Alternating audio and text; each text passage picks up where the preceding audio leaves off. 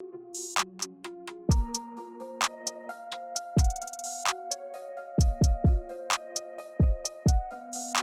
సంవత్సరాలకు ఒకసారి ప్రతి సిటిజన్ రారాజులా కనిపించే రోజు పోలింగ్ రోజు. మీ చేతిలో ఉన్న ఓటు ఆయుధాన్ని సరిగ్గా వాడుకోండి.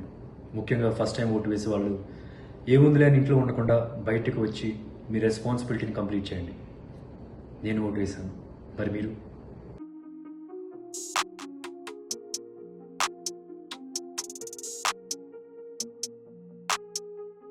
రోజు సో మనం వచ్చి మన డ్యూటీని చేయాలి.